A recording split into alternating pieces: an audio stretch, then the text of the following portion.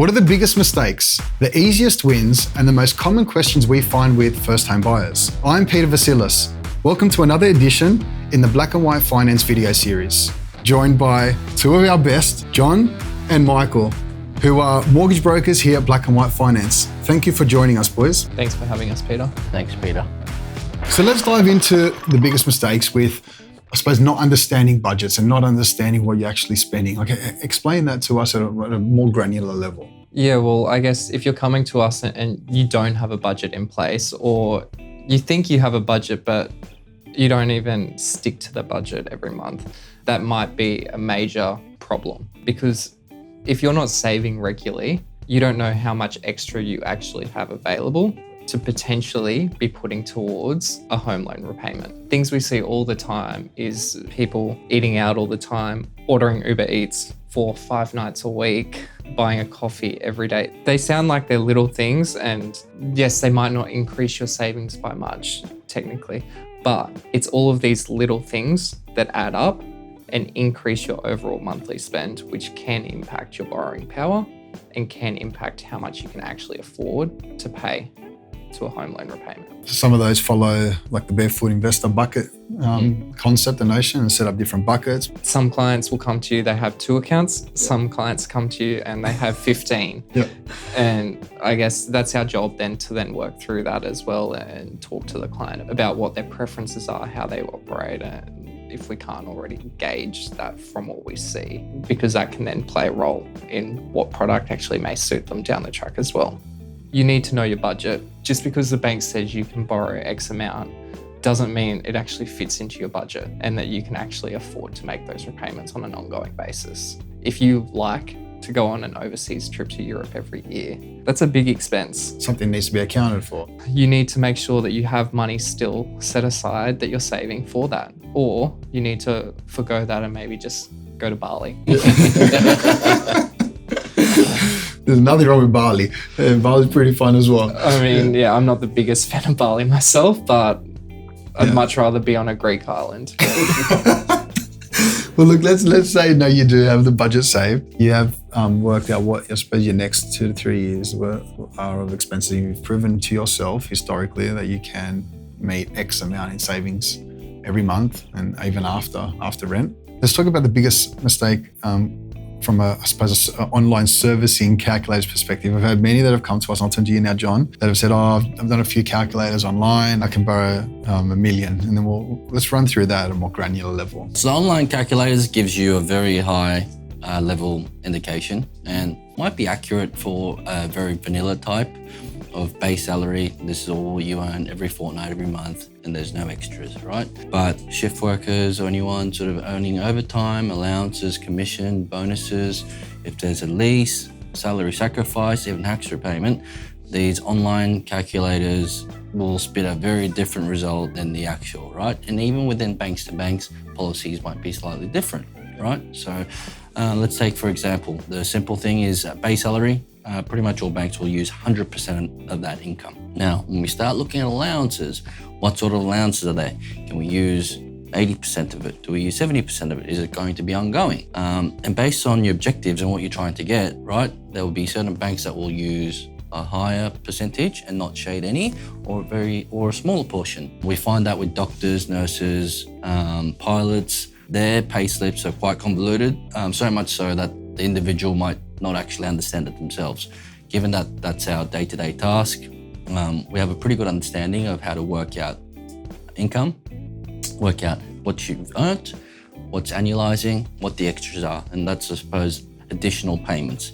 And we sometimes have to even break it down to the bank. This is base, this is allowances, this is overtime, this is a salary sacrifice, right?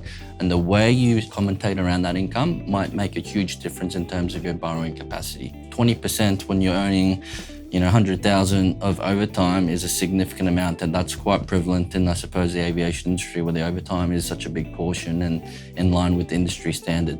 Maybe we can talk also now about the difference between those that are self-employed and when they use the online calculators, and the difference between an online calculator in real life, like what are the differences that you see, and what are the biggest mistakes that we see? When you're looking at self-employed, it's a whole other kettle of fish. Every bank has a different policy for how they assess depreciation, interest, loans that you might have under the company. Some banks will want 2 years of financials and they'll take the average. Some will want 2 years of financials and they'll take the lowest. Some will only want 1 year of financials. Some will take 1 year, and if you can prove that you're still on track to earn that much in this current financial year, they'll rely on that most recent year. Some will go, okay, we don't want any financials, give us 2 notices of assessment.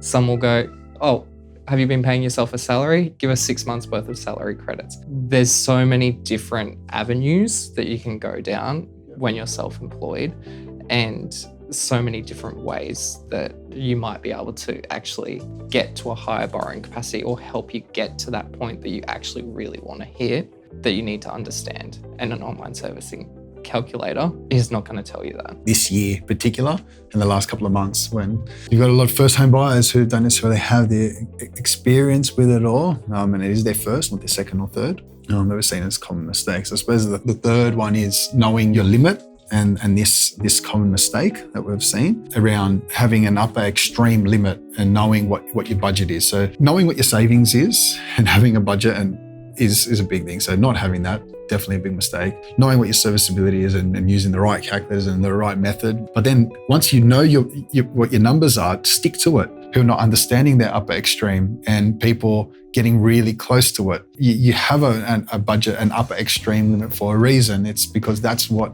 makes you then, when you get to that, maybe put your head on your pillow at night and make you feel a little bit uncomfortable. So I think they are probably our 3 biggest mistakes that we see, in particular for first home buyers. Now let's go to the easy wins. So what are easy wins that first home buyers can achieve? What are the quick things that they can do? I think we'll turn to you, Michael. Maybe we'll talk about commitments and cards. What are some of the things that they can do there? Yeah, I mean, let's say you've got a bunch of credit cards, you're racking up those Qantas points to save on those flights to Europe next year. That's all well and good. Yeah. Well, yeah, it may be Bali after you buy a house. Yeah. To earn the points there, however, what a lot of people don't understand is how much that can actually impact their borrowing capacity. As a general rule of thumb, and this does vary circumstance to circumstance, but it's about 5 times the credit card limit is how much it reduces your home loan borrowing capacity. So if you have 10K in credit card limits, which is not that significant for a standard person to have in credit card limits, that's $50,000 less in borrowing capacity. That might be the difference between you being able to borrow the amount to get you into the market or get a property that you actually really like.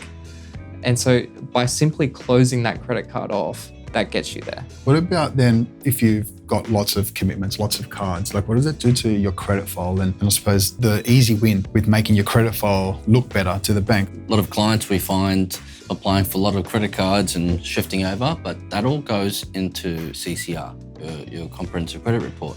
It gets flagged as someone who's got a frequent appetite for credit. And I suppose in a numbers perspective, it's detrimental to your credit score. The type of inquiries you make and the amount both play a factor into your credit score. And as an average, 750 would be an average score. Underneath that, they'll start asking questions of why the credit score is quite low. Yes, it could be substantiated. The client wants to shift cards to get frequent flyer points. Yeah, but it draws unnecessary attention. And sometimes we've had instances where applications could have auto decline just based on the credit score, even though they've had no adverse filings on the report of missed repayments, etc. That's an easy win, to stay on top of your credit report, your credit file, and then also stay on top of your cards. They're definitely easy wins. What about, I suppose, getting in early with your mortgage broker or your bank, getting that pre-approval early and or getting the strategy in place early? If you know what you can actually borrow, that's a win. You don't want to be the person that's calling us on Monday morning going, hey, I went to an auction on the weekend. I looked at the property. I thought it looks pretty good. I won it. can you tell me how much I can borrow? That's not a position that you want to be in, even if you do think you earn really good money. Or if you trust us to get you, or trust your broker or your lender to get you the outcome. Yeah, that's not where you want to be. You want to make sure that you have all your ducks lined up, and that you can get the loan and you are going to be able to afford the property, and you're not going to end up going, well, shit, I can't borrow this amount with a traditional lender. I'm now having to look at a third tier lender or non-traditional lender like the Latrobes, the Resimax, etc. And they're really important for us too, but they're a bit expensive for the conventional, They have their place in the market, and there's some people that those lenders are suited to. But if you want the cheapest rate, the most flexibility with the product, you need to know your strategy. And then maybe we're talking about the pre-settlement inspection. What about that easy win, having that checklist and knowing it early what you need to look out for, what you want to get right? I think that checklist is really important. Even when you're first inspecting the property, go and check the lights, check the taps. Because when you do this pre-settlement inspection, what you're checking for is it's in the same condition that you've inspected it. And if you had not inspected under the rug and there was a stain or there's a loose tile, they would say it was pre-existing. As it was at the time. Yeah, there's obviously a sign of goodwill and honesty, but if you want to be concrete, make sure you've got a checklist and you tick them off as you're doing the inspection. One of the last biggest wins here, understanding the purchasing costs. How many times people aren't prepared for that, but I think it's a really good win, an early win where you're on top of them. Everything costs money. You've got the stamp duty, you've got solicitors, you've got strata reports, you've got building and pest reports. What happens when you actually purchase the property and now you need to move house? You've got a removalist cost there. You've got to buy all the boxes and everything else that goes with that.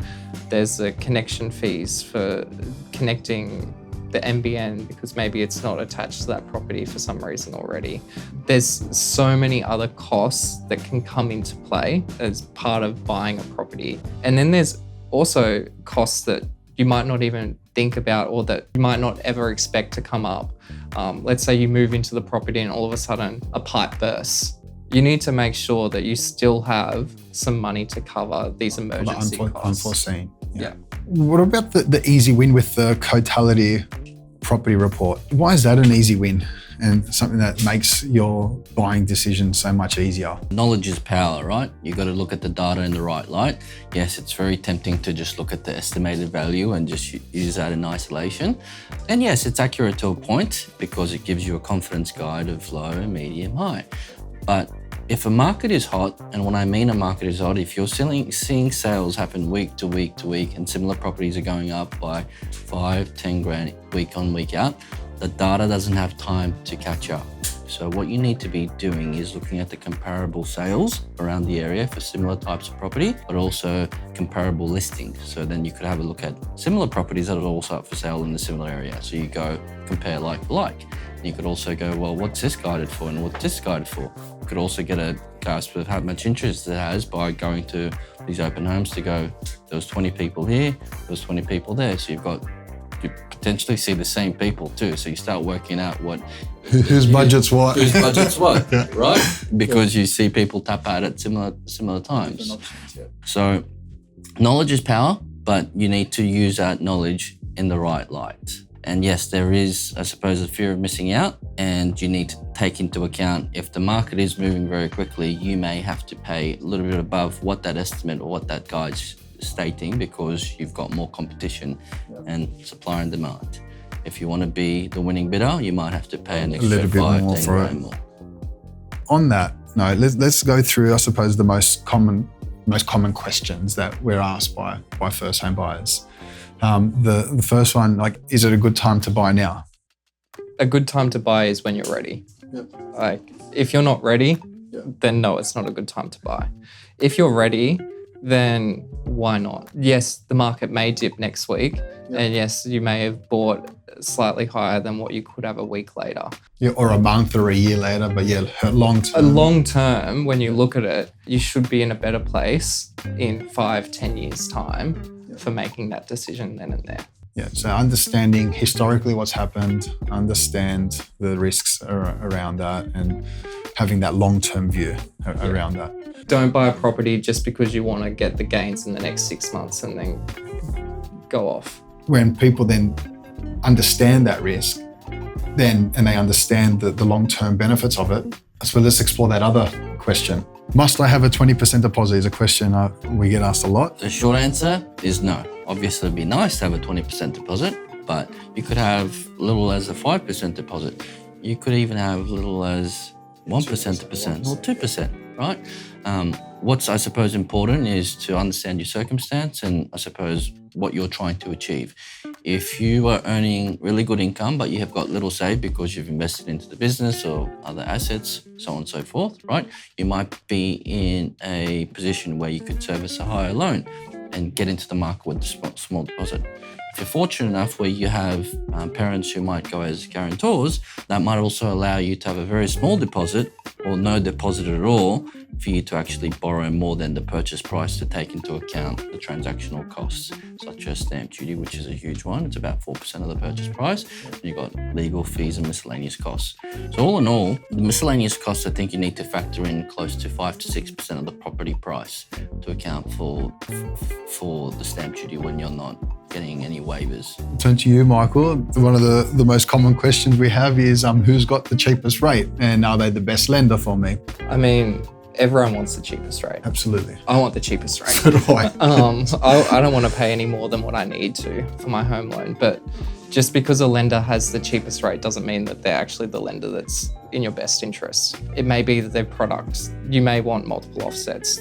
They might not offer that. They might only offer one offset. It may be that their servicing capacity is significantly lower. It may be that they're not part of the home guarantee scheme or they don't offer LMI waiver for your profession. There's so many factors that play into which lender is actually in your best interest and is going to help you achieve your goal. The other point to understand there is, has that lender, even if they are cheapest right now, has that lender historically provided good rates?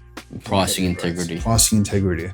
And we've seen that before. We've been burnt before on that, where we've learnt a lot. Just because you're the cheapest at the moment doesn't mean you have the sustainability there and the banking model to be sustainably offering that discount for the long term. And maybe we'll finish off with, what do I do to make sure I don't overpay? We'll talk to you, John, first. Like, what are some of the responses that you provide clients to that common question? I think the biggest thing is do your due diligence. So we're not buyer's agents. We provide some sort of guidance with Cotality reports, right? Look at the comparable sales, right? Look at the markets.